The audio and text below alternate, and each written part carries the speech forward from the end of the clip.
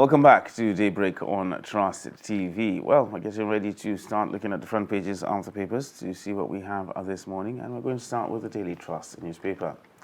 This is the major headline on the front page of Daily Trust. Travelers stranded as dollar shortage hit banks.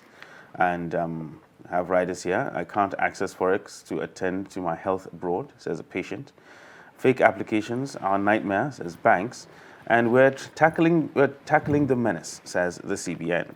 These are the riders supporting the major headline on the front page of the Daily Trust. When we go down the page, how parody accounts fuel misinformation ahead of 2023 elections. Talking about social media now.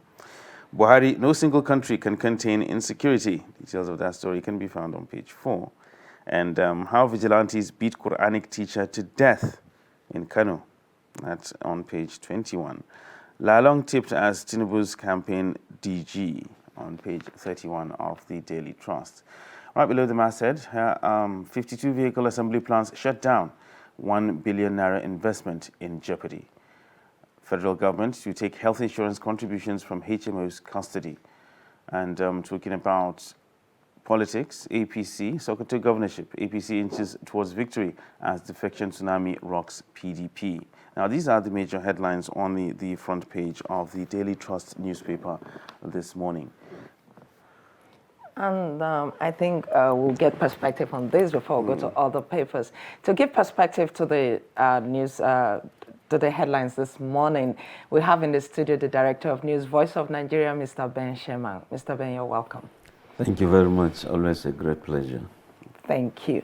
So the lead story of the Daily Trust is travelers stranded as dollar shortage hits banks. I mean, for days now we've been talking about shortage of Forex and all of that, but now it's also hitting the banks. Absolutely, because, I mean, they have the same kind of supply chain. If there is none, there is none. I know that I even went to this popular Sheraton Junction to get some little dollars. Yes, the ticket was already on ground. But you see, some little money you spend, $1, $2, $5, $20, it took us days. We kept on going to get. We were trying to mop here and there to see if that person can get. Because over there, you see, with us, it is always a pride. You go to the bank, they've given you a heap of 100 naira notes. You look at me, you are giving me 100 naira notes. There are no 1,000 naira notes. But I tell you, take 500 euros, a note, single note, go to Germany, go to France. You come back with that money. Nobody is ready to receive it. They tell you, use your credit card. But you have these little notes to help you buy some 1, 2, 3 things. But in Nigeria, where are the little currencies? You don't have. Nobody reckons with 5 naira. But are you saying are you saying it's the absence of the little currencies that is causing the shortage of Forex at the moment? Not really. These people are actually rushing out of this country. Go to embassies and see what is happening. You see people queuing, waiting for days to be invited. And that's why even you apply for a visa, it takes you some 3 months for you to get, if at all you get, or not even get, for you to get a reply that you are successful. And so people are looking for this currency. And there are times you hear that there is also hoarding. I don't know what is happening at the other side of the world, the developed world. Europe, for example, do they have 2 markets? When I say 2 markets, here you have black market, then you have the official, you go to the bank. Why is it so? And is it that some people are more powerful than the government, who indeed will stay under mango trees and become billionaires overnight? And there's also the allegation that some people go to banks, I mean, even the Apex Bank, pick some dollars there, sell them under the tree and return some money, but you've made some gains. What kind of economy is that? What is the commodity being used in terms of trading? And so I think that in terms of the monetary policy of this country, the CBN, it should go beyond just assurances. It's going to be well. The prices, the price of the exchange rate keeps going up. It's soaring, and it's like we don't have a hammer. When you see that it's going to affect the economy, of course, the law that you have must be brought to bear. Okay, but you see, the problem is this. For instance, the first rider says, I can't have sex forex to attend to my health abroad. This is a patient. So this person is a genuine Nigeria is seeking the dollars for a genuine purpose, right? But then the CBN is saying that the reason this currency is scarce is because there are some Nigerians that they don't have any intention to travel abroad, but they go forge documents and then they want to also mop up this currency just for whatever reason. Stella, when we have finance intelligence unit, they are supposed to monitor monetary inflows and outflows. Who indeed is receiving what? When the CBN is releasing money to commercial banks, and commercial banks are releasing to individuals, companies, they should know the inflows. So if some people went and collected $5 million, for example, I mean, they're already in the searchlight.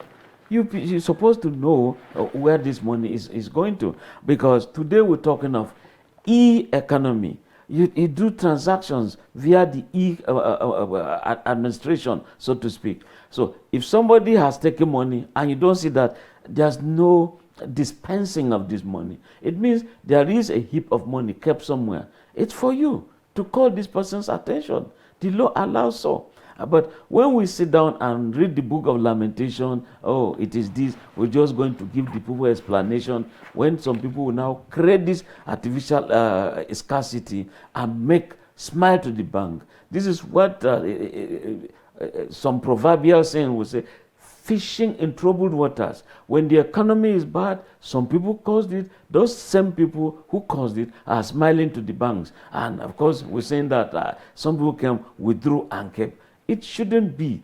If you are the regulator, the apex bank in terms of monetary policies, you should bring, the hammer to bear.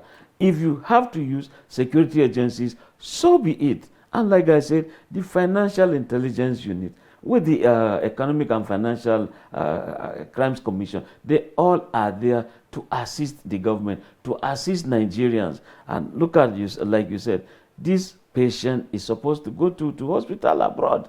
At any rate, why is it that our own government, state, federal, are not a kind of ensuring that we have standards in terms of hospitals? You can have these big hospitals, nice hospitals, and invite the consultants. A consultant can come here 2 weeks, 1 month. He does whatever he's doing and he returns abroad. And we have consultants who are in Port Harcourt, but they go to Kano to do some jobs. We have them in Kano who go to Lagos to do some jobs. And so if it is the practice here in Nigeria, it's a global practice. What we are lacking probably is what we call the standard hospital, standard equipment, because we do have the brains and we can always do it. And so why is it that we have to wait? The little hard currency we're supposed to have, return, build, develop our country, we begin to ferry them out. So a lot of people actually believe that this job of maintaining this monetary policy or having a grip on how this the exchange rate is going is a job that is too much or is too large for the CBN only to handle. Do you think other agencies have actually failed in their own responsibility as well? Well, since the law says it lies with the CBN, and truly, I won't say that the CBN is overwhelmed with this kind of a thing. But when you have people who are engaged in what the French would say, laissez-faire, it no concern me. I'm just at the top. Whatever happens underneath is not the issue. But I think when people are given appointments, you have the CBN governors, you have the deputies, you have directors, and what are their job schedules? If everybody does his or her job, we are going to have a smooth monetary policy.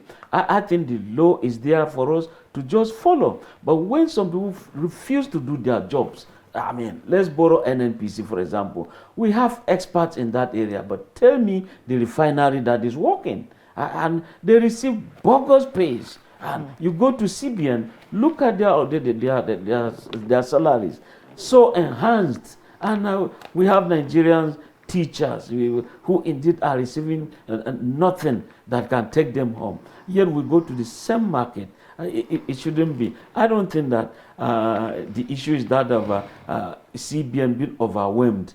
Is the CBN refusing to do its job? Tell me who, if we borrow what is happening in FCT here, you brought in a journalist, Ikaruata, to implement what they call standards in terms of physical development of FCT. He is there with ITV News. He just left, and of course, see what he is doing. It's about the person knowing what he's supposed to do, and he's doing it. And when you do it right. People will acknowledge, yes, you are doing it so well, because the law allows you, the law empowers you to do it. All right, away from that, there's also this story here just below the masthead. 52 vehicle assembly plants shut down, $1 billion investment in jeopardy. And this vehicles, there was approval was given for 58 vehicle assembly plants, and out of those 58, 52 have shut down, just 6 remaining. Where are we going as a country? Well, I think that in aviation palace, when a plane is going this way and the wind is blowing across, you have a crosswind. Of course, the plane will tilt to a different direction. When you have a nose wind, the plane is going this way, the wind is coming opposite. It's bound to push the plane a bit away, backwards. But when you have a tailwind, the wind is blowing the plane behind. So you see that there is smooth sailing. What am I trying to say? The economy is facing the nose wind. There are too many odds against the Nigerian economy.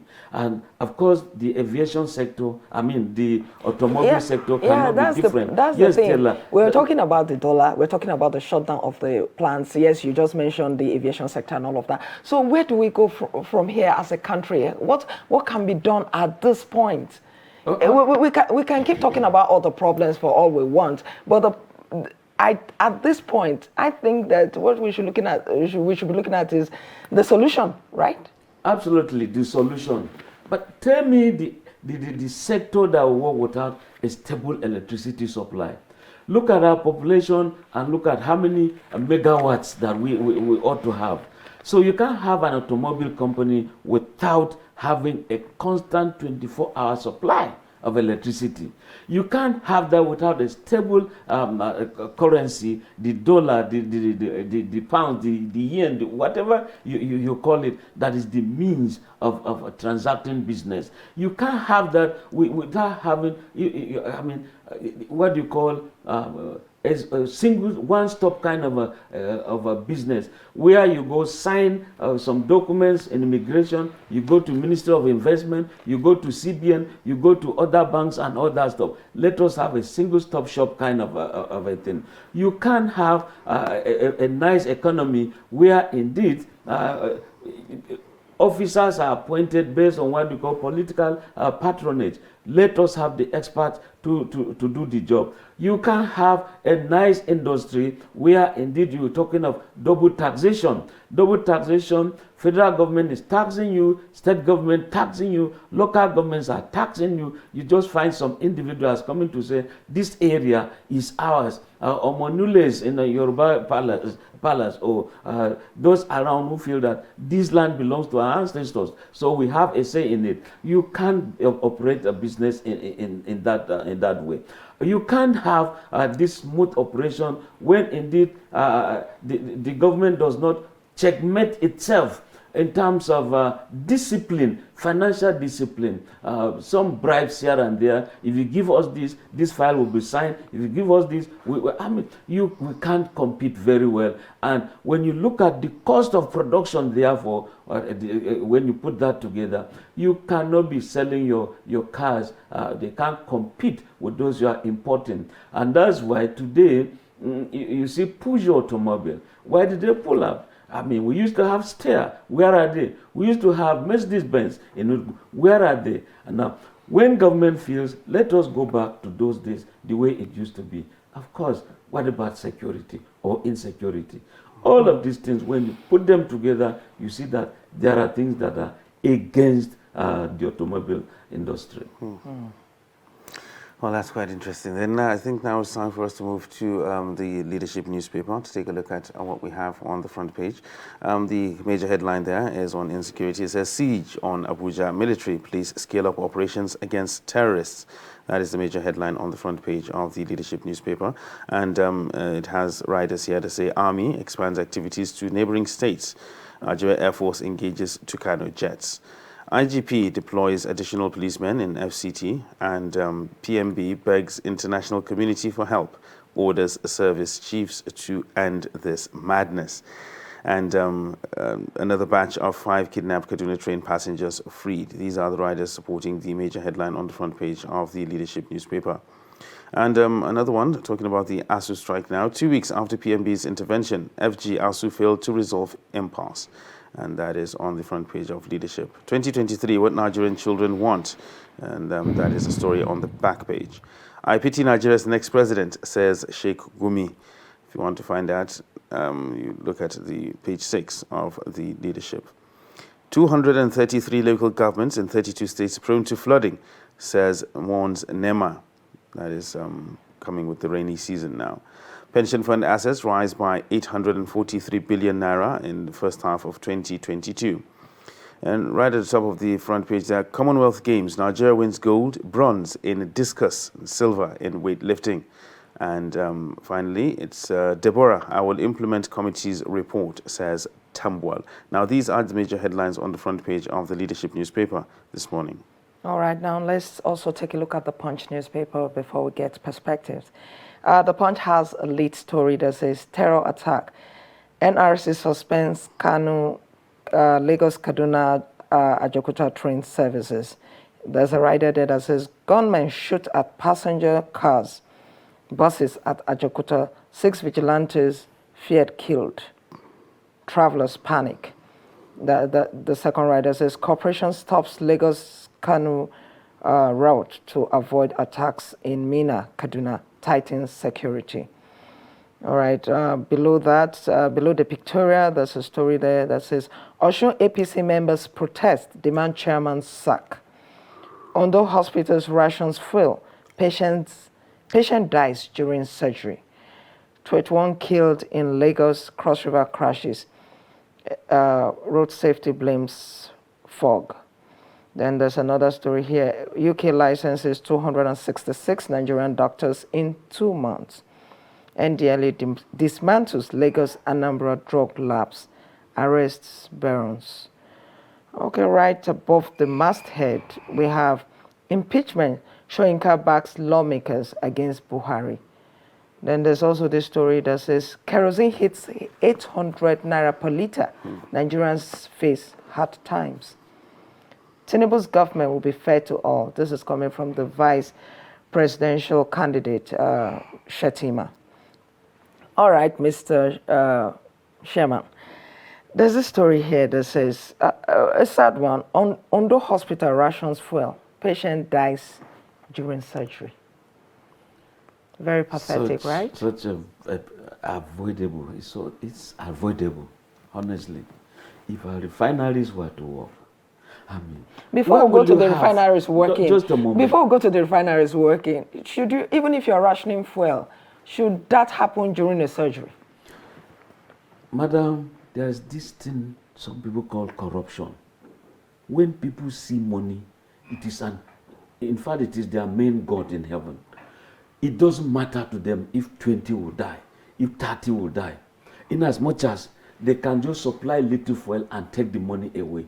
Corruption is real, as in real. And it is such a pitiable thing that, I mean, there ought to have been some kind of checks. How ordinarily, this kind of operation, how long will it take? Ordinarily, this generator, how long can it work? Ordinarily, how many liters of fuel do we have in this generator? There ought to be some checks of all of this. Not that you go and start an operation and of course you don't even know whether the generator can just go off because of lack of service. It can also be that, yes, there was no enough generator fuel, and you started the operation.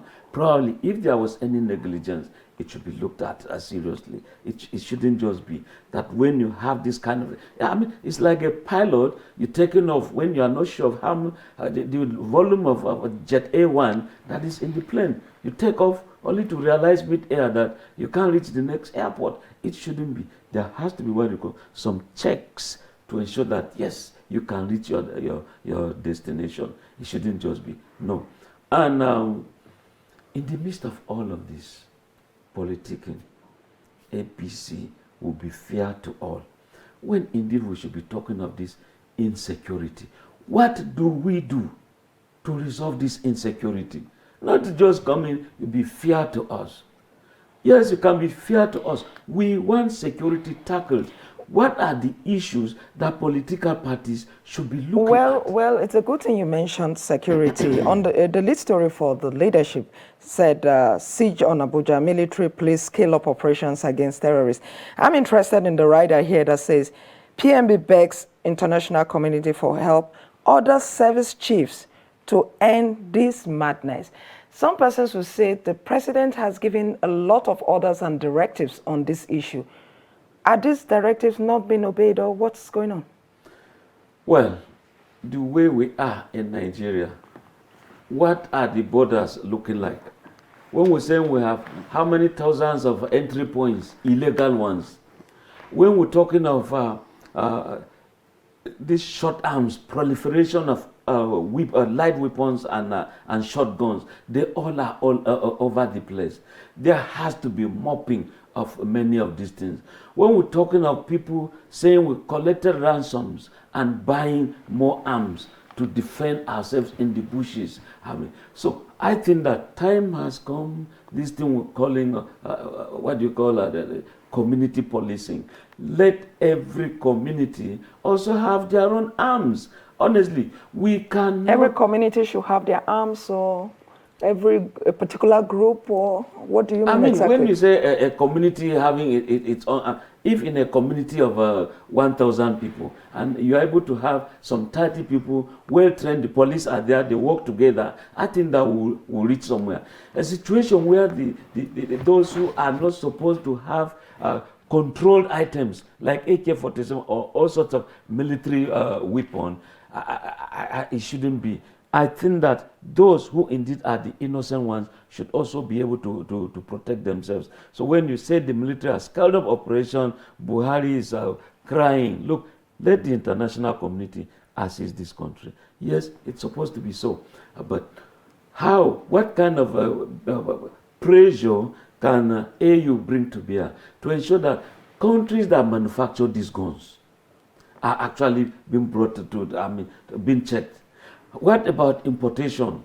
Even what we're talking of, illegal importation, how can we come together as ECOWAS, for example, to ensure that every country is doing proper checking? Yesterday, there's a story in the Daily Trust for today. Yesterday, the president was saying something, and he said that no country can tackle insecurity alone. So the question is this. Is it that Nigeria is not reaching out enough to other countries for assistance, or is it that those countries have refused to provide that assistance to Nigeria? I tend to see a big connivance. Look at, Nigeria is surrounded by francophone countries, left, right, and center. And of course, everybody is looking forward to Nigeria providing leadership. But if they are weak, it also implies that Nigeria should work with them. And when the ECOWAS protocol is becoming injurious to Nigeria, we call for amendment. When you say there has to be free movement of goods, services, and persons. So what are these goods? We want to know them. And so if it is injurious, we should look at that. Today, people are talking of ECOWAS, not ECOWAS of nations, but ECOWAS of persons. People should move freely. But when you move freely, what are you bringing in? And we're talking of Nigeria being the destination.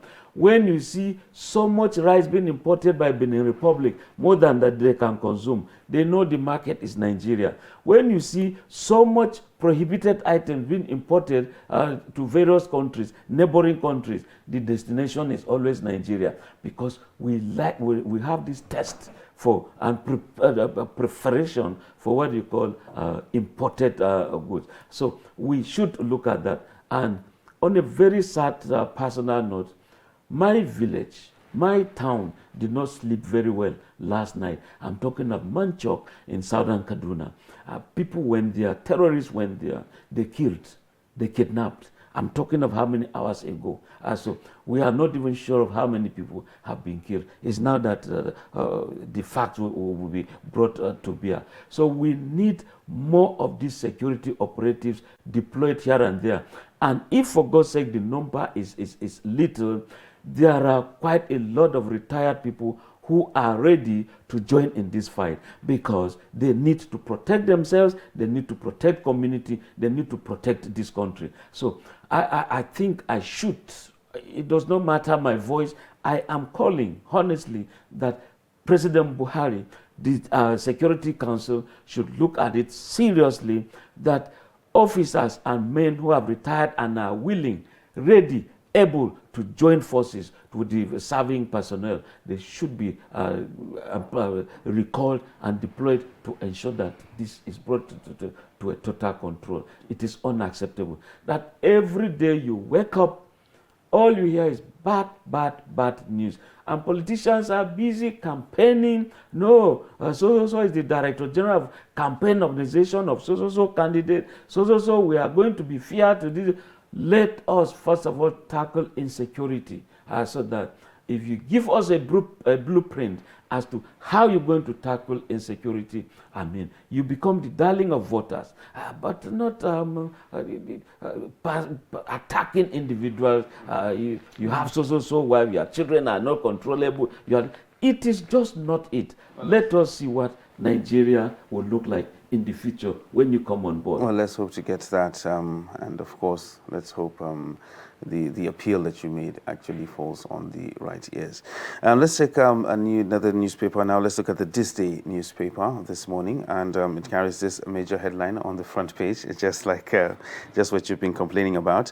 Shetima will be equitable, just, inclusive if elected. That is the major headline on the front page of the This Day newspaper this morning, and it comes with riders here. It will be disastrous if Tinubu loses presidential poll, and says Peter Obi will get Southeast, South votes. Accuses Khan of being PDP religious wing. Now, these are the writers supporting the major headline on the front page of This Day newspaper. Buhari, no single nation can solve security challenges alone. Just what we've finished discussing right here. And crude oil theft hurting Nigeria's economy. Shell laments, says Nigeria lost $1 billion in Q1 revenue to incident, that is oil theft. Obasanjo, I may soon go bankrupt because of rising diesel price. A story can be found on page 43 of This Day newspaper. Right on above the masthead there, governors write federal government over alleged $408 million Paris fund debt, says renewed deduction plan unlawful. Alleged Malemi Ahmed's allegiance now to contractors, not to Nigeria. Naira gains momentum, appreciates to 660 Naira to a dollar in parallel market. I think that is a little something to celebrate. I mean, coming back from 7, above 7, I think it's something to celebrate. 660. I hope that by tomorrow it comes down again. So, you know. Yeah, well, let's hope it's a gradual reduction. Yes. And, we're going yes, to start because to see. there were fears that the thing was pushing 1,000. So if it's coming back, I mean, it's something to celebrate, right? Well, maybe is there hope? Well, I think there is hope. Okay. Now, you see, this last minute drama you just exhibited, they call it media review. When you bring sarcasm into the entire thing, I mean, It's like Is it really sarcasm? I I mean, mean, the dollar was pushing 1,000, and then now it comes down to it's 660. 660. of course. So It's joy from the heart. We're celebrating the little wins that we can have. It's like you want to cut down one big Iroko tree, and you just went and pluck one tree, one leaf. You say, yeah, I'm dealing with this tree. But talking seriously, if that is the beginning of the naira obtaining its strength, why not? Let's have it. Let's jubilate for once. After all those days, it was 1 to the pound. You needed $2, to buy 1 naira. But what went wrong? And I do remember Damasani Kano of blessed memory. When I had some interviews with him, said, look, you know what is happening? There's this big gang up. When Nigeria fell, it had the power, it had the currency, and it just decided to nationalize out of patriotism.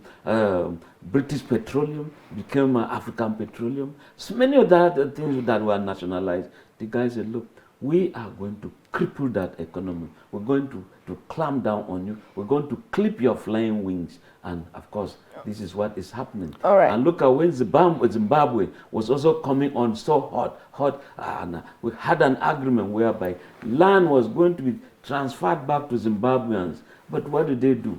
What do you call absentee landlords? They bought the land, but they were living in England, they were living in South Africa, and not allowing the ordinary Zimbabweans to farm. What did Robert Mugabe do? He collected the land by force, and they then said, we're going to clip them. All right. See what is happening in Zimbabwe. And so, if there All was right. that big plan, and of course they saw that Nigeria, if you allow Nigeria, this nomenclature, it has earned to itself Big Brother Africa, Giant of Africa. It's going to be, and I'm telling you, see, that name will come to be. All it's right. a prophecy. Oh, that we look forward to that because Yes. we are all hopeful we get there.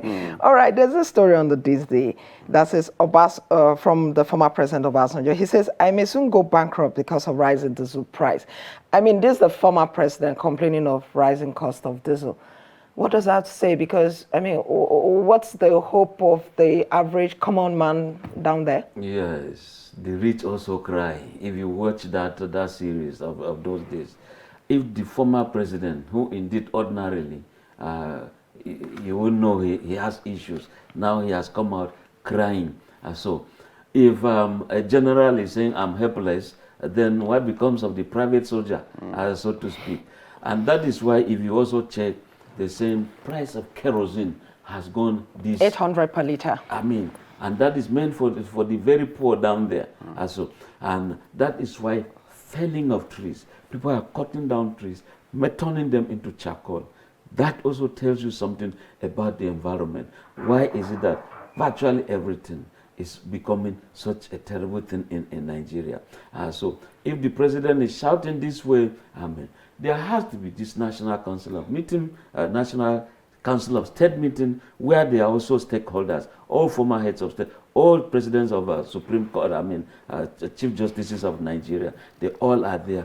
Let them speak some home truths to one another. Not that they'll call for a meeting and some people will avoid. No, it's not my government. Time has come that everyone should carry this cross, hang it on your shoulder. How do we save this country from anarchy, doom, and becoming a place of orgy? Well, anarchy? Indeed, it's everybody's responsibility for us to try and bring Nigeria to where it needs to get. And just like you said, being the giant of Africa is a prophecy, and we hope that day will come very soon. Sure. Thank you very much for coming on the show, and we appreciate these interesting perspectives concerning the newspaper headlines.